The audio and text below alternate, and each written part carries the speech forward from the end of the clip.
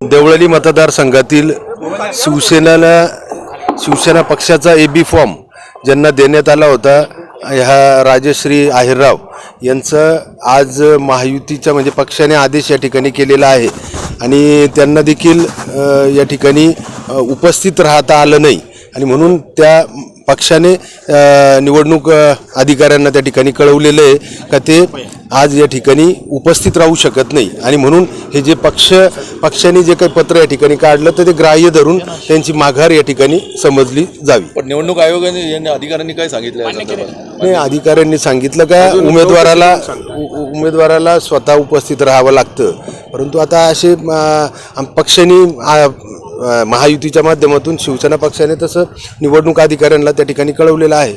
आपण दोन्ही ठिकाणी होतं, दिंडोरीचं बी होतं, त्या ठिकाणी दिंडोरीच्या संदर्भामध्ये आम्हाला माहिती नाहीये, परंतु देवळालीच्या संदर्भामध्ये आम्ही आता नुकतंच निवडणूक अधिकाऱ्यांना त्या ठिकाणी भेटून तसं कळवलं. मात्र अद्याप उमेदवार आपल्या संपर्कात नाही, नेमकं प्रकरण काय?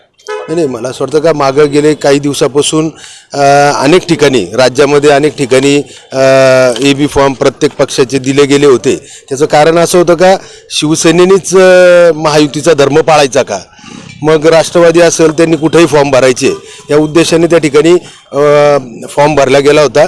परंतु नुकतंच कालच रात्री आपल्या राज्याचे मुख्यमंत्री आणि पक्षाचे मुख्य नेते शिंदे साहेबांनी आदेशित केलं की आपण सर्व ज्या ठिकाणी आपण AB फॉर्म भरलेले असतील अशा सर्वच उमेदवारांना माघारी घेण्याचं आदेश त्या ठिकाणी दिले. पाहिलं गेलं तर शिंदेची शिवसेना आपण तर शिवसेनेची शिवसेना आणि अजित पवारांची राष्ट्रवादी यातच आहे, तर हा सर्व संभ्रम निर्माण झालेला होता. कसं पाहता याच्याकडे? मला असं वाटतं का शिंदेची शिवसेना नाही ही खरी शिवसेना आहे आणि म्हणून मला असं वाटतं का शिवसेना असेल राष्ट्रवादी असेल अनेक ठिकाणी 288 जागांवरती 3-3 पक्षाचं एकमत होणं हे काही लवकर होत नव्हतं आणि म्हणून काही ठिकाणी अशा अडचणी त्या ठिकाणी आल्या, परंतु पक्ष प्रमुखांनी ज्या त्या पक्षाच्या अध्यक्षांनी त्या ठिकाणी तशा प्रकारचे आदेश देऊन त्या ठिकाणी माघारी घेण्याचे आदेश त्या ठिकाणी दिलेले.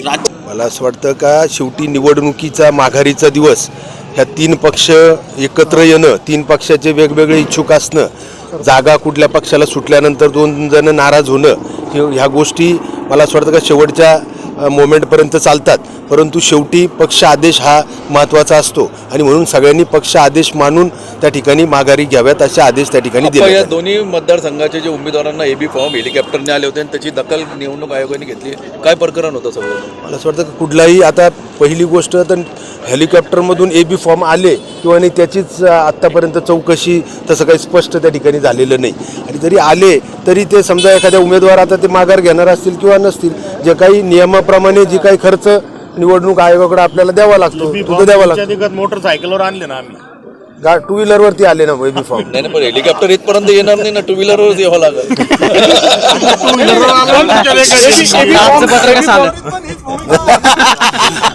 AB फॉर्म रद्द करावा किंवा मागे घ्यावा या संदर्भात जे काही पत्र दिलेलं आहे ते छाननीपूर्वी देणं अपेक्षित होतं.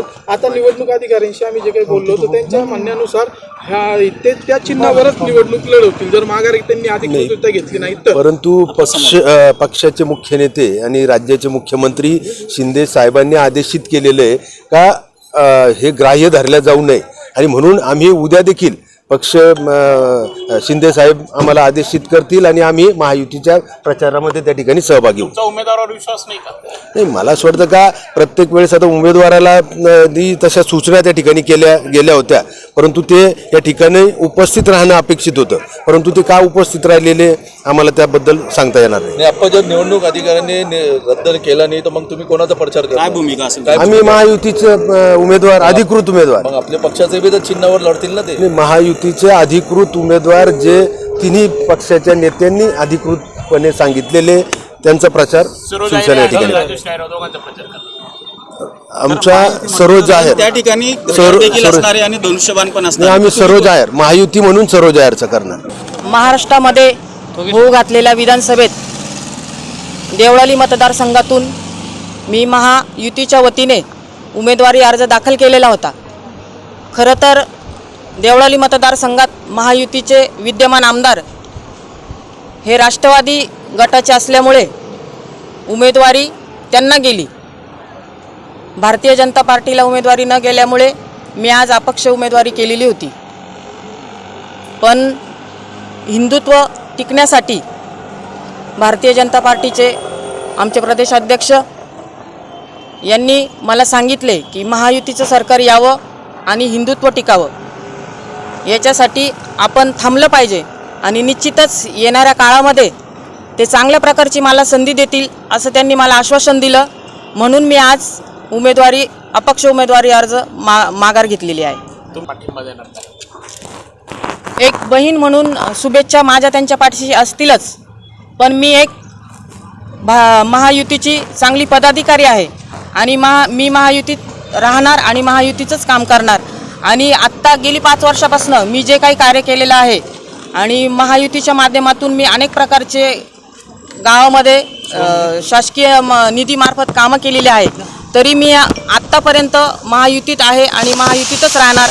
आणि येणारा जो आता प्रचार सुरू होणार आहे, मी महायुतीचं जो मला आमचा पक्ष आदेश देईल की आपल्याला काम करायचं आहे त्या पद्धतीने मी काम करणार. आणि देवळालीची जी मतदार जे लोक आहे, जी जनता आहे, त्यांनी माझे कष्ट बघितलेले आहे, माझे काम बघितलेले आहे. खरं तर माझी लढाई अजून संपलेली नाही, कारण मी अजून जिंकलेली नाही. येणाऱ्या काळात निश्चितच मी माझं वर्चस्व निर्माण करून दाखवेल अशी मी सर्वांना ग्वाही देते आणि थांबते. काही माघार घेण्यासाठी तुमच्यावर प्रेशर होतं का? तुम्ही आता लढताय? नाही, प्रेशर वगैरे काहीच नाही. खरं तर भारतीय जनता पार्टीला जर उमेदवारी मिळाली असती तर निश्चितच आज आनंदोत्सव साजरा झालेला असता.